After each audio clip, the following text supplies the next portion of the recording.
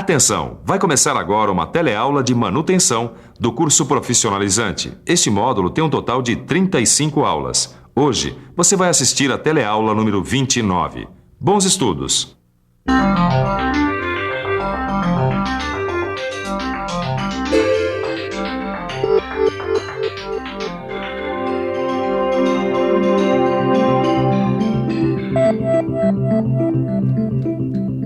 Com certeza você já usou ou pelo menos já viu uma máquina com guias deslizantes e deve saber que este mecanismo é muito útil para o funcionamento de diversos equipamentos de uma indústria. Então prepare-se, porque assistindo a esta e a próxima teleaula você vai ficar sabendo muito mais sobre guias deslizantes. Na teleaula de hoje você vai conhecer o funcionamento de uma guia deslizante. Vai ver como é a manutenção de rotina e como é a recuperação das guias pelo processo de revestimento. Olha só. Tá vendo? A guia é esse elemento da máquina que permite o direcionamento do movimento executado por outro elemento mecânico, que é condicionado na máquina. É como o trilho de uma pista de autorama. Ô, Caio, pista de autorama? Bom, a gente pode dizer que a guia deslizante funciona mais ou menos com o movimento de um trilho. Mas olha só.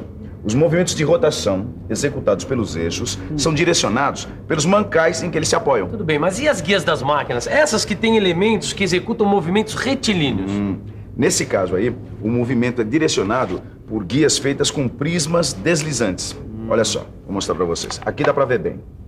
Guias prismáticas e as fresadoras onde elas são aplicadas. Viram só? São vias iguais a essa. Mas afinal, são guias ou vias deslizantes? Bom, tanto faz. Tem gente que chama de guia, mas também pode ser via deslizante ou via de deslizamento. As vias deslizantes estão sujeitas a vários tipos de falhas, como desgaste por abrasão, ou ainda por solda frio, sinterização ou vitrificação.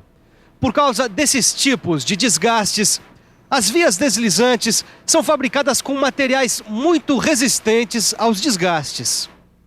Um dos materiais mais usados na fabricação de guias deslizantes é o ferro fundido, já que além de muito resistente, o ferro fundido permite a formação de vias brandas ou duras, conforme a necessidade da máquina ou equipamento.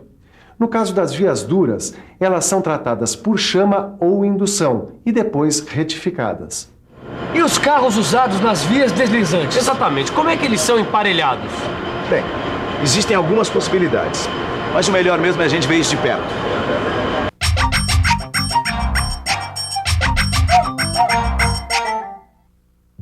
São 3 as possibilidades de emparelhamento de vias deslizantes: carro brando sobre via branda, carro duro sobre via dura e carro brando sobre via dura. Dessas possibilidades, a mais conveniente é o emparelhamento do carro brando com a via dura.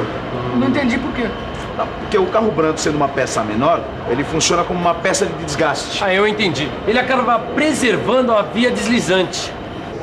Agora, outra coisa importante nesse emparelhamento é a superfície de contato com a via dura, que deve estar sempre retificada para manter o atrito minimizado, mesmo nos momentos em que a lubrificação seja deficiente. Além dos casos já citados, em algumas máquinas no lugar de vias temperadas, usa-se tiras de aço temperado, que são encaixadas e aparafusadas no barramento. Mas afinal, como será que um carro se desloca numa via deslizante? Para entender isso melhor, vamos ver o que acontece com esse bloco de madeira, apoiado nessa superfície horizontal também de madeira. Quando eu tento deslocar o bloco para cá, surge entre as superfícies de contato uma força de atrito estática que se opõe ao movimento do bloco.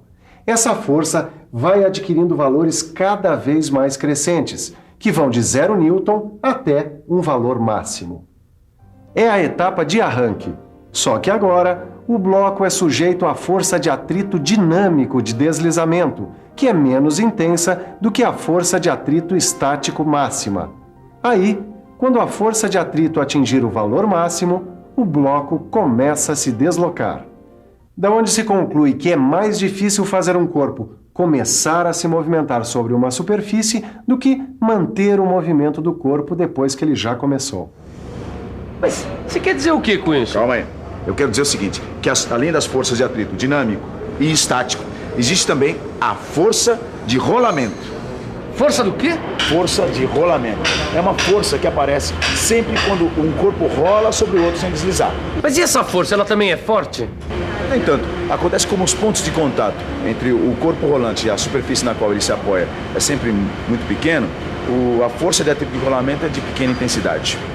De fato, a força de atrito de rolamento é muito menor do que a força de atrito de deslizamento, seja ela estática ou dinâmica. É por essa razão que, sempre que possível, a gente utiliza corpos rolantes nas máquinas, uma vez que é melhor lidar com o atrito de rolamento do que com o atrito de deslizamento, seja ele estático ou dinâmico. Justamente tendo como base todos esses argumentos que a gente acabou de ver, foram desenvolvidas as vias deslizantes rolamentadas. Inicialmente, elas foram usadas em máquinas de medição e atualmente estão presentes até em máquinas CNC. As vias deslizantes rolamentadas oferecem várias vantagens em termos de eficiência. A espessura da película de óleo de lubrificação é praticamente constante entre as esferas de rolamento e as guias. Em velocidades pequenas, de até 1 milímetro por minuto, as guias não deslizam por solavancos. E ainda, o nível da mesa permanece invariável, já que não existe variação da camada de lubrificante. Olha, uma outra coisa importante é a proteção das vias deslizantes em máquinas de usinagem. Dá até pra imaginar por quê. É lógico, ó. Com tanto óxido metálico, cavacos e partículas abrasivas, pode estragar com facilidade as guias. É isso mesmo. Por isso que a gente deve proteger as vias deslizantes com esses foles tipo acordeon. E não existem outras opções de proteção, não? Existem sim. A gente também pode proteger as vias deslizantes com rodos ou raspadores de borracha que são pressionados contra o barramento. Agora que você já sabe o que é e como funciona uma via deslizante e um barramento, chegou a hora de saber como é feita a manutenção desses mecanismos nas indústrias. Um trabalho que tem como objetivo principal evitar desgastes. É claro que existe um tipo de desgaste que é normal, que surge do uso constante das máquinas e equipamentos. Mas o trabalho da equipe de manutenção é justamente fazer com que esse desgaste não seja maior do que o de rotina. Bem, para a gente evitar esse desgaste maior, a gente sempre precisa fazer inspeções periódicas, verificando a folga das vias deslizantes. Peraí. E se precisar ajustar? Se precisar ajustar, a gente usa uma régua como essa daqui, que a gente chama de régua de ajuste. Tá. Mas verificar também os protetores das vias deslizantes, para ver se eles precisam ser substituídos ou reparados. Mas peraí, uma coisa. O sistema de lubrificação, ele também necessita de uma manutenção? Exatamente, era o que eu ia dizer agora. A gente precisa sempre verificar se eles estão desobstruídos, porque são eles que mantêm as vias deslizantes constantemente lubrificadas. Quando um problema mais sério é constatado e as guias de barramento têm que ser reformadas, aí essa recuperação pode ser feita por um processo mecânico convencional ou ainda por revestimento deslizante. No processo convencional, em geral, é feita uma retificação no barramento e o carro é ajustado. Ou ainda, as vias dos carros são retificadas e são inseridas tiras de aço temperado no barramento após a usinagem. Já o revestimento deslizante é feito com resina epóxi aditivada em estado líquido ou pastoso. Eu não entendi muito bem como é que é o revestimento deslizante. É o que a gente vai ver agora, mas antes nós vamos conhecer as características desse tipo de revestimento. O revestimento deslizante oferece uma grande resistência química à água, óleos sintéticos e minerais e a emulsões de refrigeração, mas não resiste ao benzol e à acetona.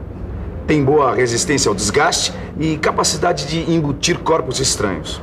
Um coeficiente de atrito dinâmico reduzido se comparado ao de atrito estático, o que evita solavancos em baixas velocidades. Tudo bem, e o serviço propriamente dito?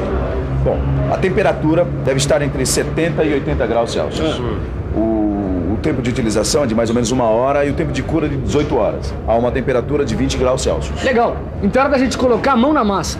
Ou melhor, era de ver de perto como é feita a aplicação do revestimento deslizante.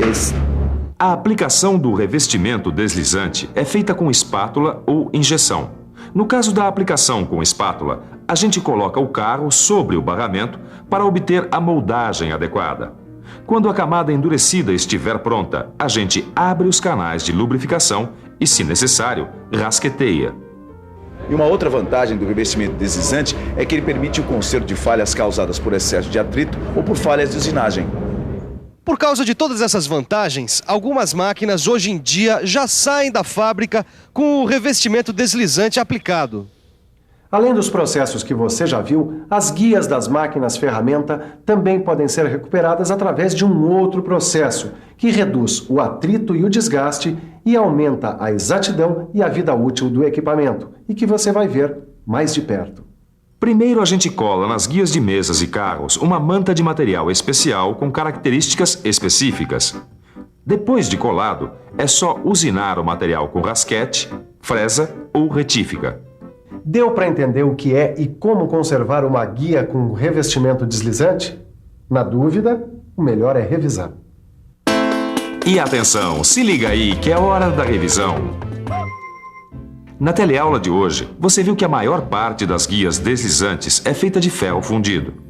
Viu que as máquinas CNC têm guias deslizantes com corpos rolantes, chamadas de rolamentadas. Viu que a manutenção das vias deslizantes é feita através de inspeções periódicas, onde são observadas as folgas, a lubrificação e os protetores das guias. E conheceu o revestimento deslizante, que é uma técnica bastante usada nas indústrias para recuperação de guias. Na próxima teleaula tem mais. Você vai ver como é a aplicação do processo mecânico convencional de recuperação de guias deslizantes. Bons estudos e até lá!